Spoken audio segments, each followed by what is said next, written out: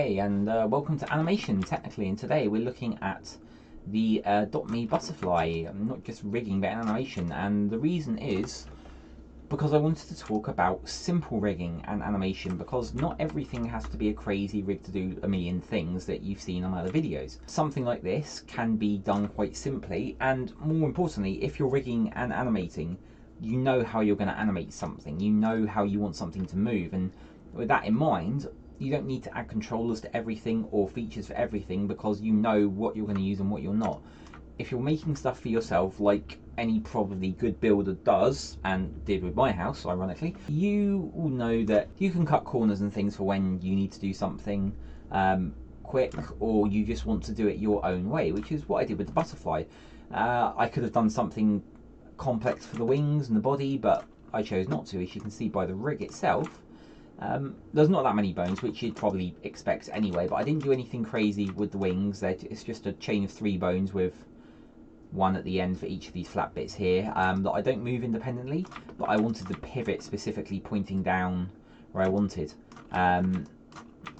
Obviously this uses deformation, but in order to get a nice rotation on the neck and the head as well, there's no extra bone there to hold the data, it's just halfway in between the two to make it easy.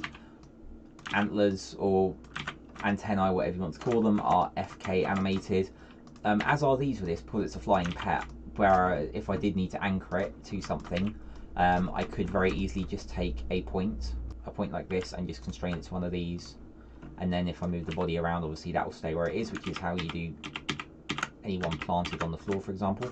What I did do is add simple controllers for the wings, and this is because you can very quickly get synced, uniform but reverse animation like that, just by grouping your controllers under a group here, but the main difference being the scale is -1, which reverses how it acts when you put rotation in. It's really easy.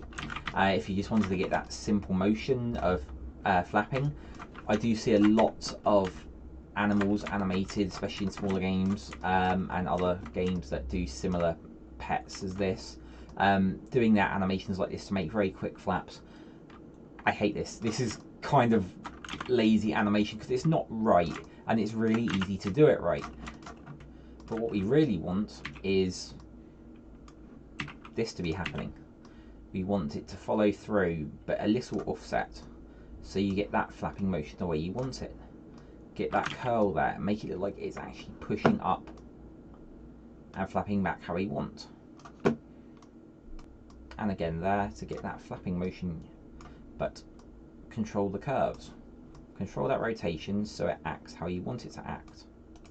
I don't want that to happen there, I want it to happen here, so you get the follow through of the flapping motion.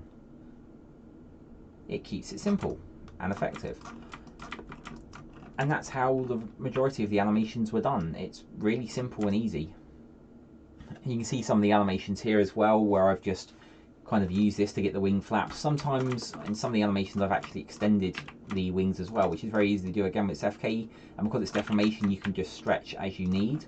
Obviously don't do it like this, but you can see how it's very easy to stretch if you need more wing coverage, or you want to shorten them up as well. If you get your skinning right, and that's the important part, skin everything correctly, and then you can get the results you need very quickly, very simply, but they can be extremely effective. And that was the crux of the butterfly. It was just really simple to get a solution that kind of is scalable really across all simple animals. You don't need to go overboard on something to get a good result. And see you next time.